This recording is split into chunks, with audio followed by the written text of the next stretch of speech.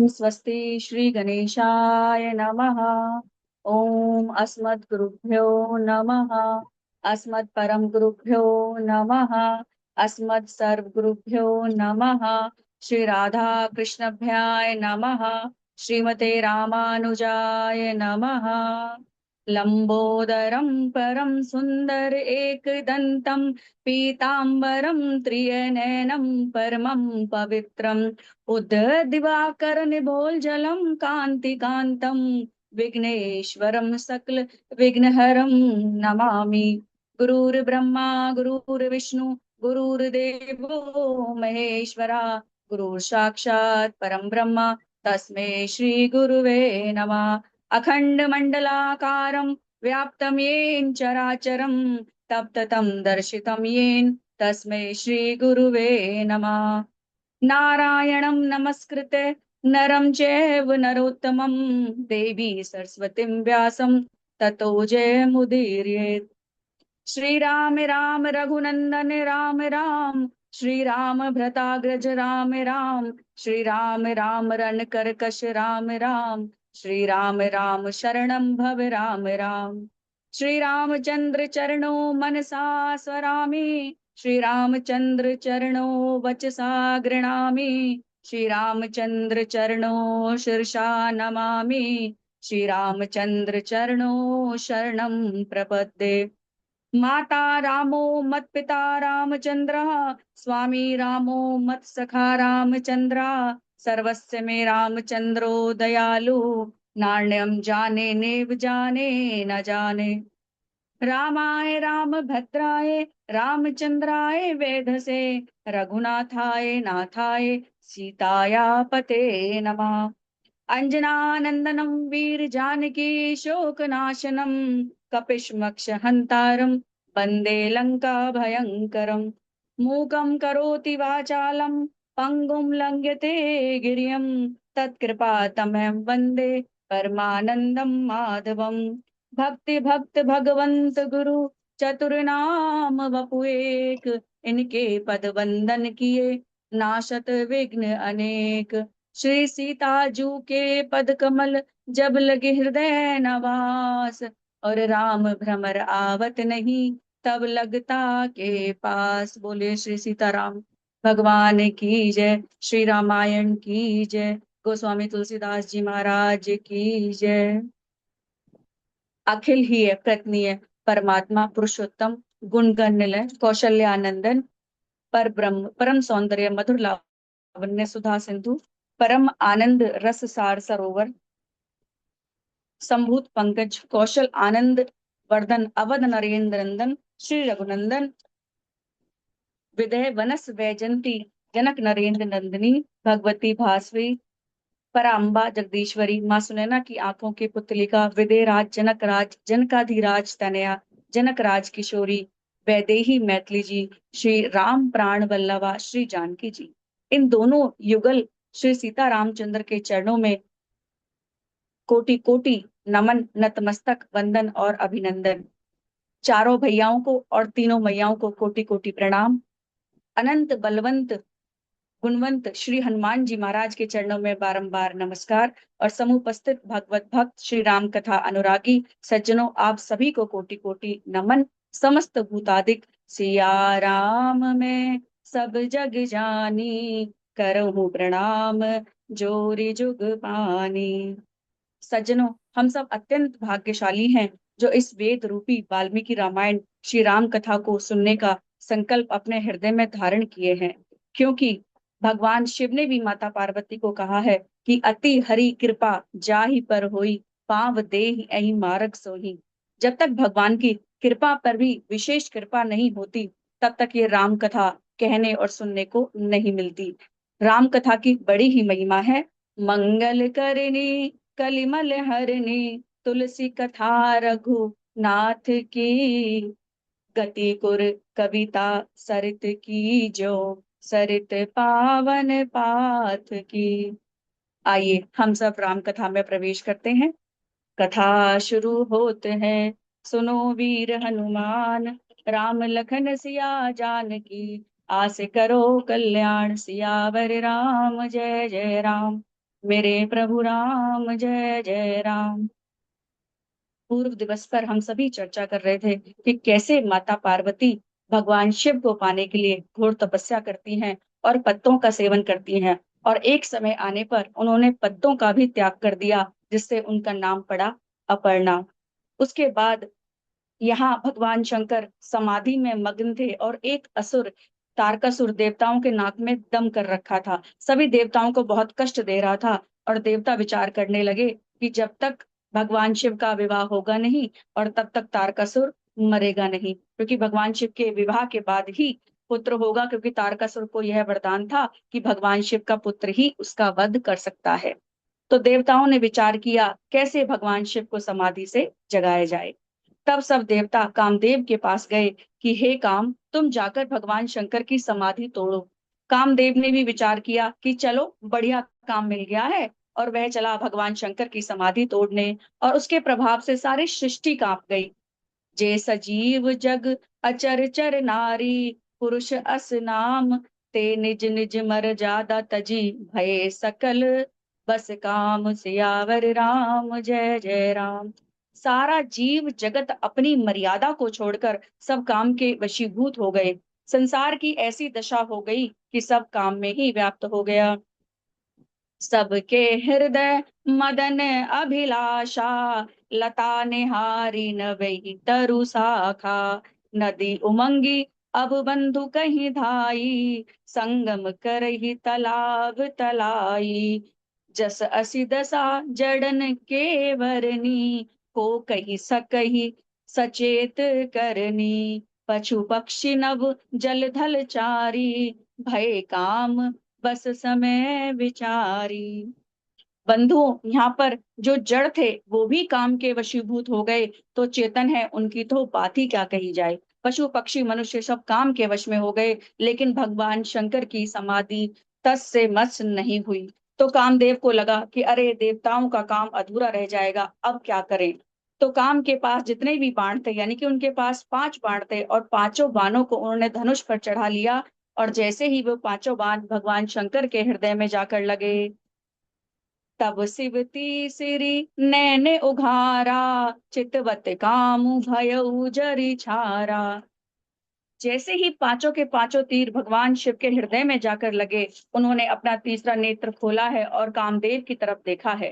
कामदेव धू धू करके जल गया। कामदेव के जलते ही चारों तरफ हाहाकार मच गया। सारे देवता डर के मारे वहां से भाग गए। इधर कामदेव की पत्नी आई और भगवान भोलेनाथ के चरणों में आकर विलाप करने लगी और कहने लगी कि हे प्रभु, आपने मेरे पति को मार दिया, अब मैं कैसे जीऊंगी। प्रभु, मुझ पर कृपा कीजिए, मेरा पति मुझे लौटा दीजिए।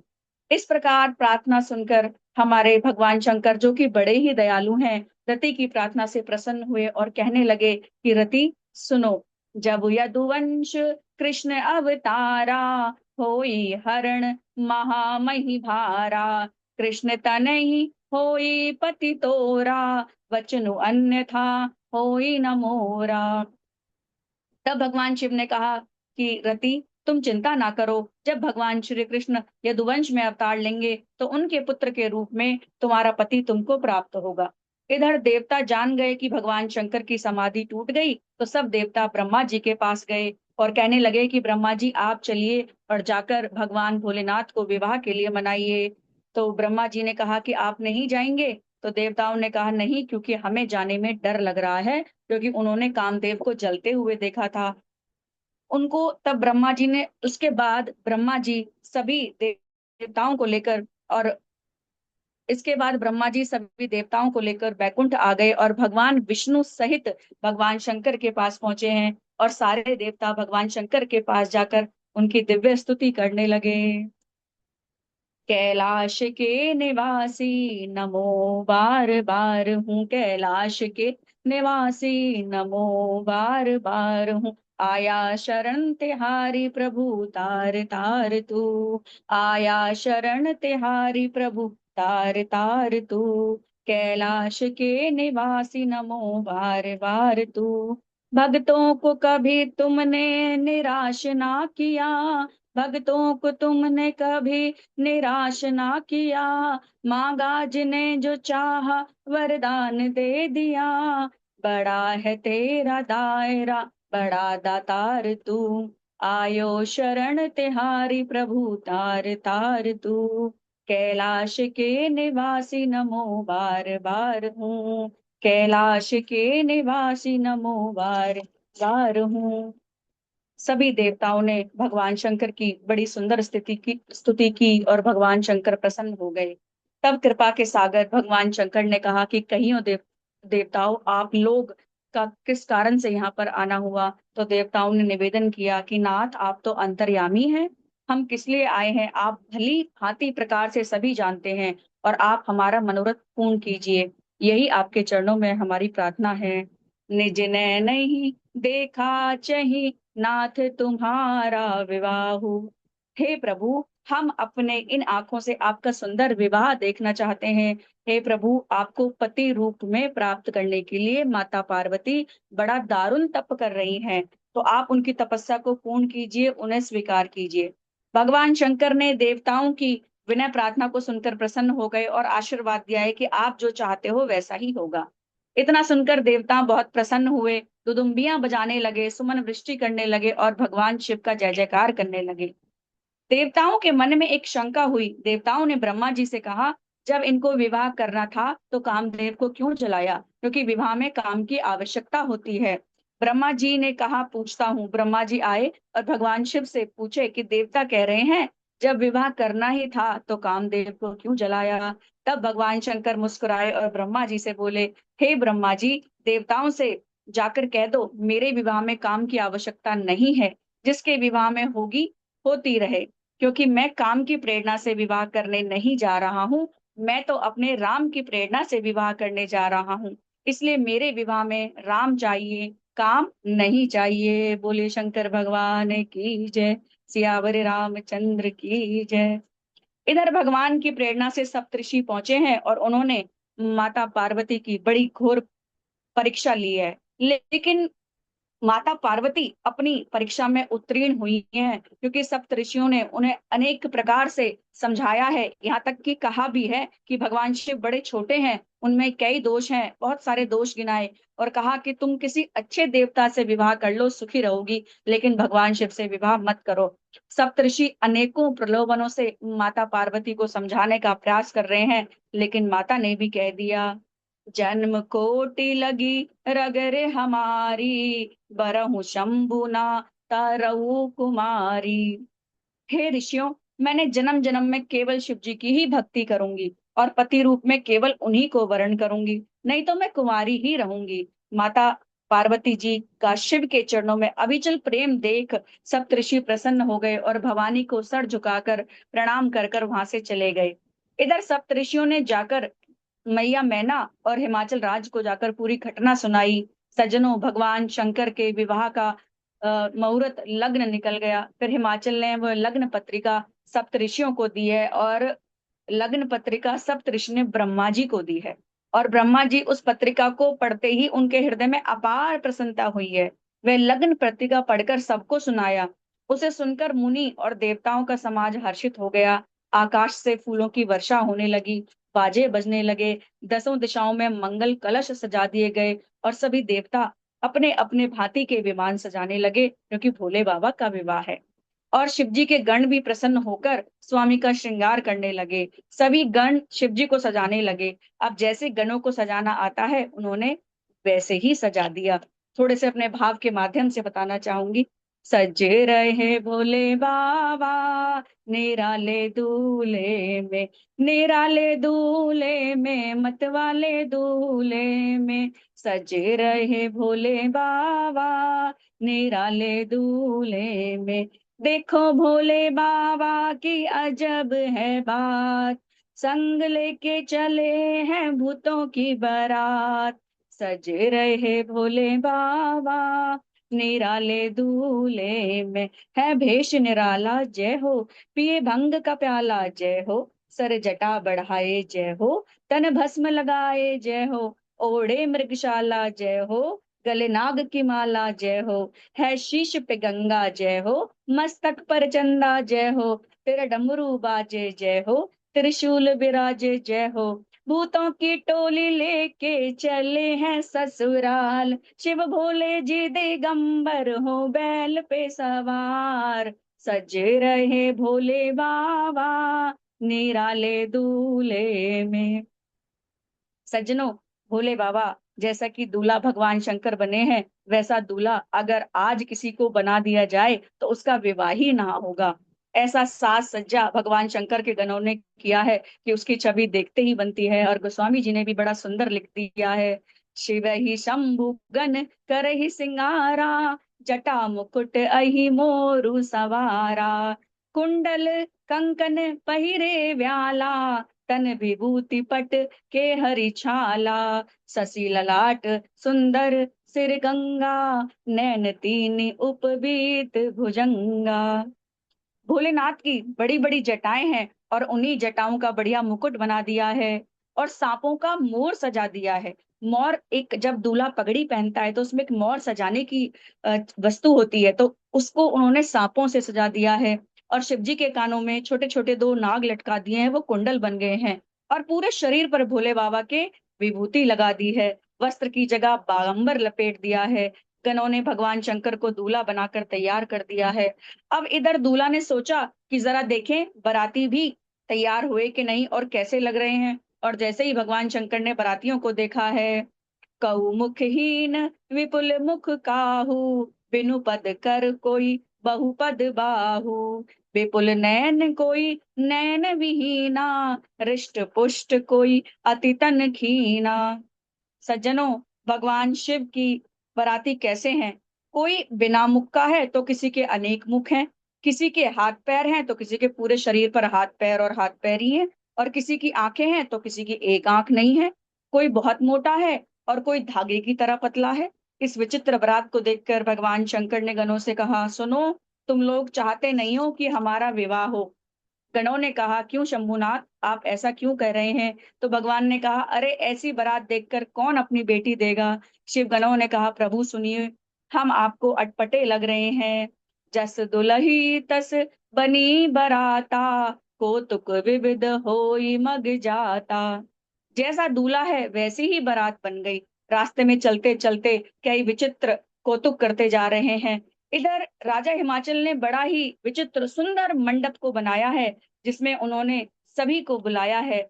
इतना सुंदर मंडप उन्होंने बनाया है कि उसकी शोभा वर्णन नहीं की जा सकती। और उन्होंने छोटे मोटे पर्वतों को, नदियों को, वनों को, तालाबों को, सभी को निमंत्रण भेजा है। और सब अपने परिवार समेत आज राजा हिमाचल के घर पधार गए और सभी स्नेह बस मंगल भव्यता के साथ तैयारी कर रहे हैं। इधर दूल्हा के साथ सारी बारात हिमाचल नगरी में पहुंच गई है और भगवान शंकर का श्रृंगार तो विचित्र ही है। उससे बढ़कर के विचित्र उनकी बारात है। जितने भी भूत प्रेत पिशाच सब बाराती बनकर महादेव जी के आगे नाच रहे हैं। और बारात जब नगर के निकट पहुंची है तो हिमाचल नगरी वालों को ये सूचना मिली कि बारात नगर के निकट आ चुकी है, तो सब बड़े प्रसन्न हुए, स्वागत सत्कार करने के लिए खड़े हो गए। अच्छा, बारात देखने के लिए ना माताएं बड़ी उत्सुक हो जाती हैं, और कि दूल्हा कैसा होगा ये देखने के लिए।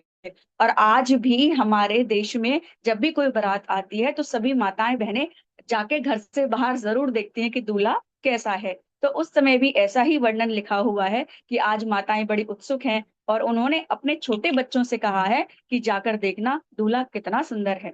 कैसा लगता है बताना? बाराती कैसे हैं? बच्चे भागे भागे गए और बारात देखने के लिए। और इधर जैसे ही बच्चों ने बारात को देखा है, अपने प्राणों को बचाकर भाग आए। बच्चे आकर अपनी माँ की गोद में बैठ गए महाराज, बड़े छुप के, बड़े डर से। माताओं ने पूछा, क्यों बारात नहीं आई क्या? बच्चों ने कहा, अरे मैया, बारात नहीं आई है, कुछ और ही आई है। माता ने कहा, क्या आया है? तो उन बच्चों ने कहा, अरे भूत प्रेतों की टोली आई है।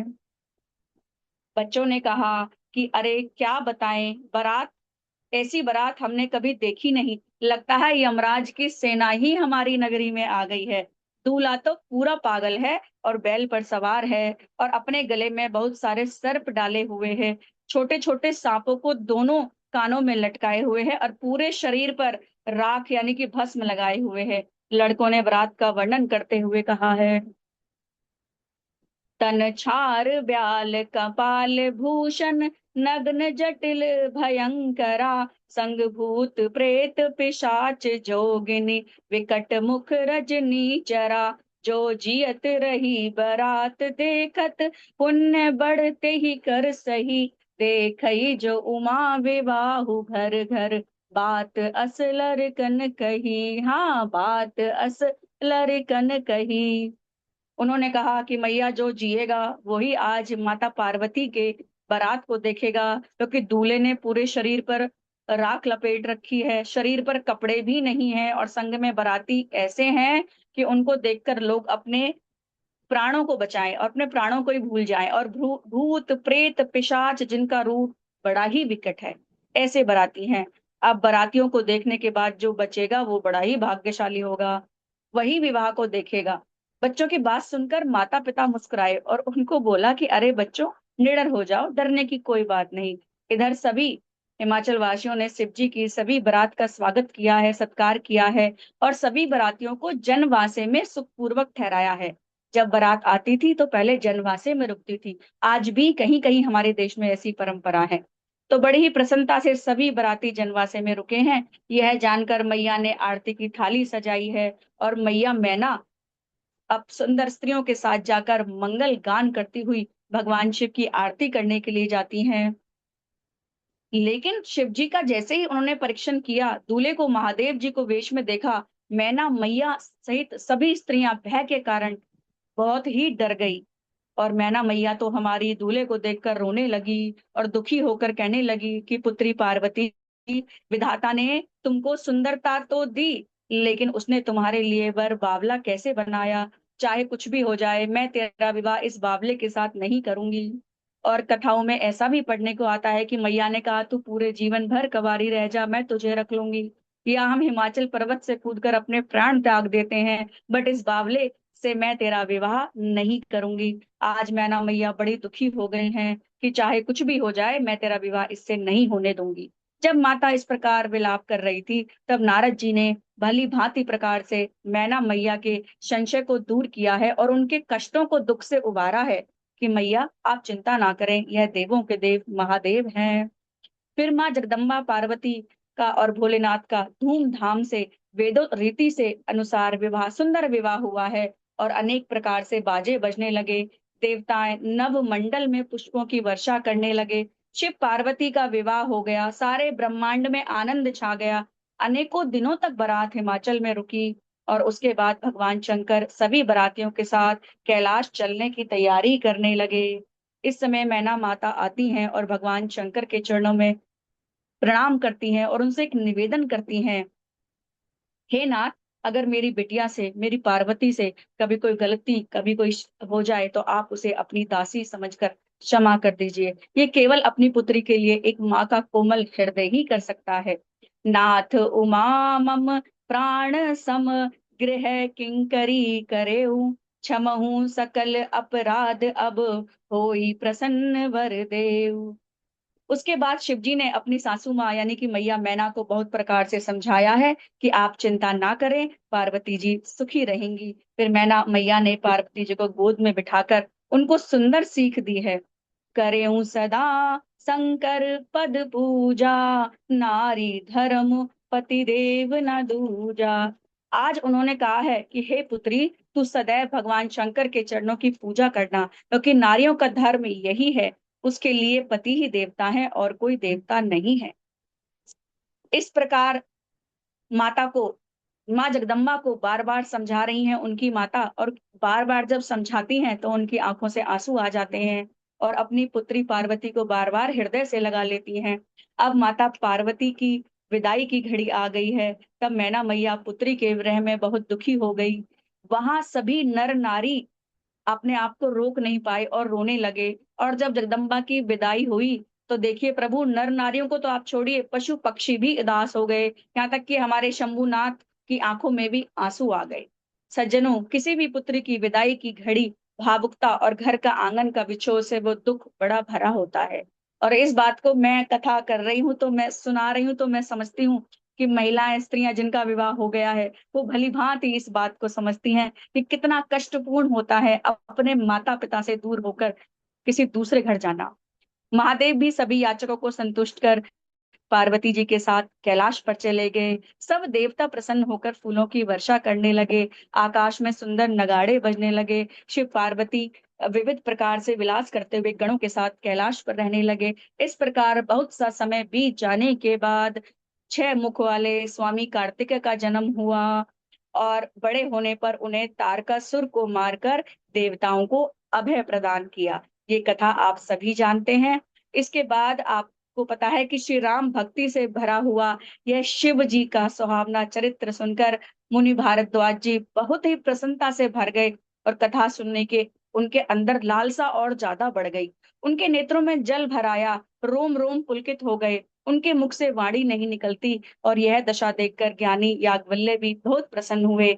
उन्होंने कहा कि हे मुनिराज, आप धन्य हैं, आपको शिव जी प्राणों से अधिक प्रिय हैं, क्योंकि शिव पद कमल जिनहि रति नाही, राम ही ते सपुनहि नहीं सोही। जिसको शिव जी जिसको शिव जी के पद कमलों से प्रेम नहीं है, वह श्री रामचंद्र जी को सपने में भी प्यारा नहीं है, यानी कि प्रभु को वो स्वप्न में भी अच्छा नहीं लगता। तो ऋषि याज्ञवल्क्य कहने लगे, अरे भगवान शंकर के समान राम भक्त और कौन होगा भला, जिन्होंने बिना पाप के सती जैसी स्त्री का परित्याग कर दिया और प्रतिज्ञा करके श्री रामचंद्र जी की भक्ति प्रेम को दिखलाया। हे मुनिवर, मैंने पहले शिव जी का चरित्र कहकर तुम्हारा भेद समझ लिया, तब तुम श्री रामचंद्र के पवित्र सेवक हो और समस्त दोषों से रहित हो। अब मैं श्री रामचंद्र जी की लीला कहता हूँ, श्रवण करो। एक बार भगवान शंकर जी एक वृक्ष के नीचे गए और वहां उनको बहुत आनंद हुआ और आसन बिछाकर बैठ गए।